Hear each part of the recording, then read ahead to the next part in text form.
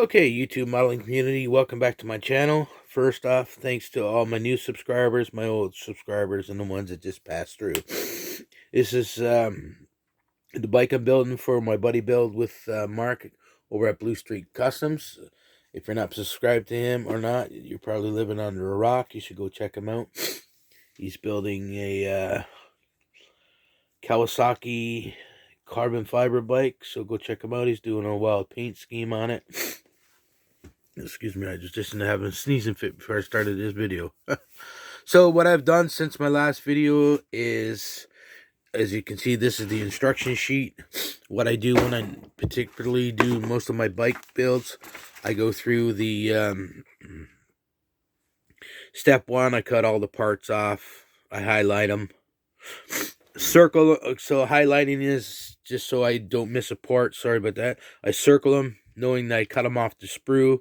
Anything that's been basically glued together, I put a line through it. So I forgot to circle that one, but anyways, so like this one, I didn't even do what I normally say I do. So I do like this, I put a line through them. And because that means to me, so if I don't get back to the kit in a week or two, I know that that's been glued together and so on and so forth. So I go through the whole kit, all through the steps. It's a boring part of the job, but it takes, and what I do is I take them and I just throw the parts in, excuse me, stuffed up. I just throw them in these bins, like so, and then they're ready to go. So all the parts are in there. As you can see, some of the stuff is glued together. The glue's drying. I've been working on them. So this particular fairing is a two-piece fairing. So you glue the inside piece. Yeah, I need one of those fancy pointer sticks like BG's got. You never know.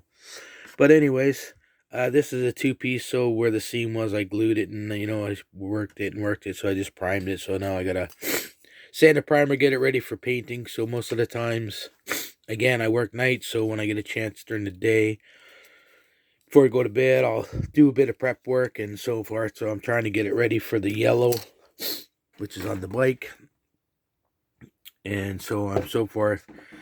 So while that's drying, I'll go back to working on the kit itself. And what I'll do is the most boring part of all model building is cutting the nibs off, cleaning up the sprue parts, and then what I'll do is I have another one of these empty ones, and I'll do it step by step. So now, like step one, I'll have all the parts done, put it in I got one with a divider in it.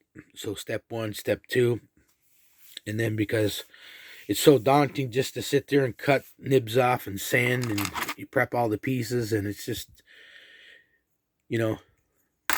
so that's what I do. Then I'll go back and I'll start gluing the halves together, and while that's drying, I go back and do some more of the prep work, and before you know it, you got it all cleaned up, ready to go. And then I just prime everything, go back, paint the parts. So basically the whole bike is all painted, primed, and glued together, and then it's just sit down, do final assembly and your detail stuff. That's how I do mine. Everybody's different, so therefore that's what normally I do. Not all the time I do it. Like the Ducati build I'm doing here with Tom, I've gone through and done the first half of the bike. So you see a lot of the parts are painted, a lot of the parts are decaled, and so on and so forth. Like the chain itself, they have excuse me, this particular chain, they have what they look like to be supposed to be bolts, and instead of, it's just like a lack of, on Tamiya's part, I guess, and it's probably a design feature that costs money. So it looks like a stump of plastic and then a little one on top, so it emulates a bolt. So what I do is I drill that out and I add some bolt detail, so that will focus. Once it's painted, it'll be better. But it's an actual, there you go. It gives you some actual detail like a bolt in the washer. I'll paint these up and I'll drop that in place. These are from Tiki Toy trains or something. I can look it up if anybody wants to know. They're for HO trains, but they kind of work for 124th and 112 stuff. They are out of scale a bit, but you can get away with it. So, like, again, with that there, same with, I'm working on the rear drum for that. Is this like, and same with the frame itself on the swing arm. There's supposed to be a tensioner, and that's what they give you. Now you can buy this whole piece, cut this piece off at the back. It's a photo etch part, and you bend it, and it's clear, it's see-through, and you get this nice little bolt that looks like a tensioner and stuff like that. What I do is, again, I just drill out that piece of, looks like a nib, clean this end up. Sometimes I drill right through and clean it up, make it look like my own. And then I'll just put one of those Tiki train bolts back there, and you get the little bit of bolt detail. So just a few things that I do, not a whole lot. I may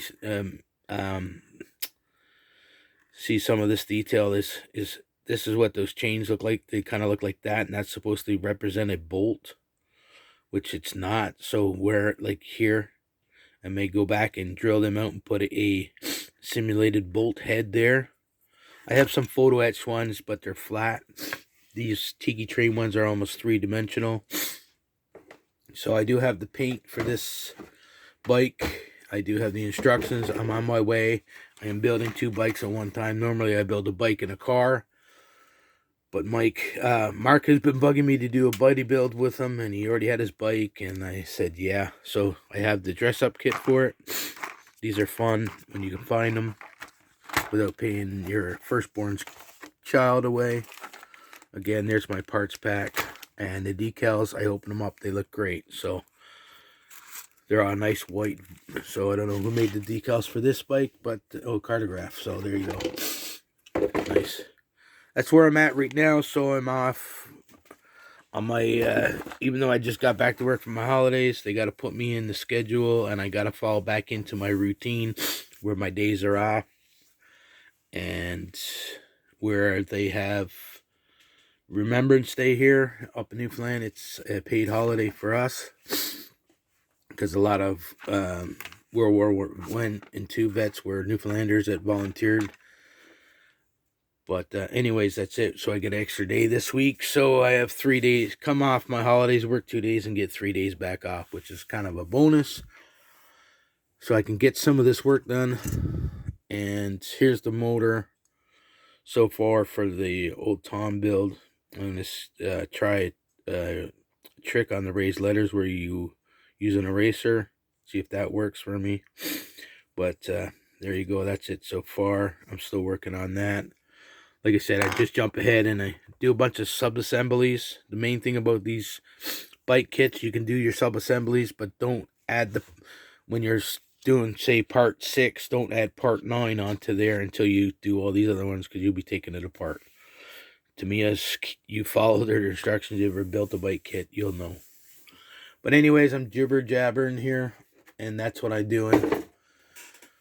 That's my little thing there, so hopefully, and I got all the rest of it working, so tonight I might be just doing some more sanding on my fuel tank to get rid of that seam there, so it looks like a one piece, even though to me, with their technology, they could have done it as a one piece, but they don't. So I will be adding a few parts and pieces to this. I do have, because this is a race bike, I do have a speed control sensor which goes on this side. You don't see it, I'll show it later on. I do have a clutch cable set. I may use it on this one, I'm not sure. On these fairings where these screws are, they're kind of like Zeus clips on bikes.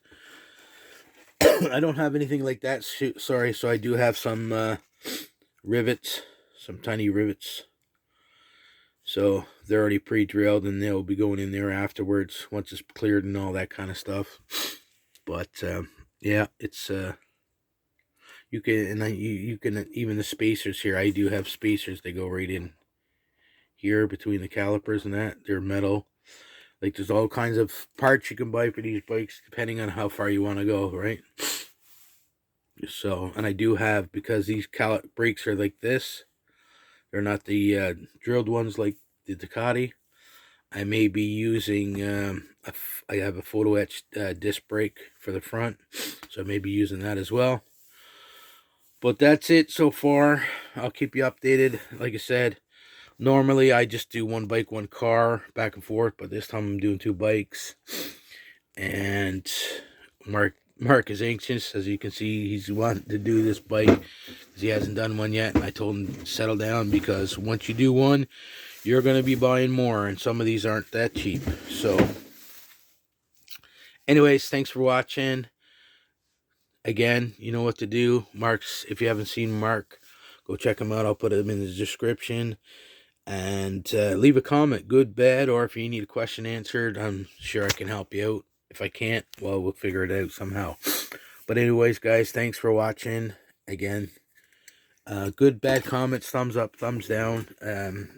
Have a blessed day. Thank you.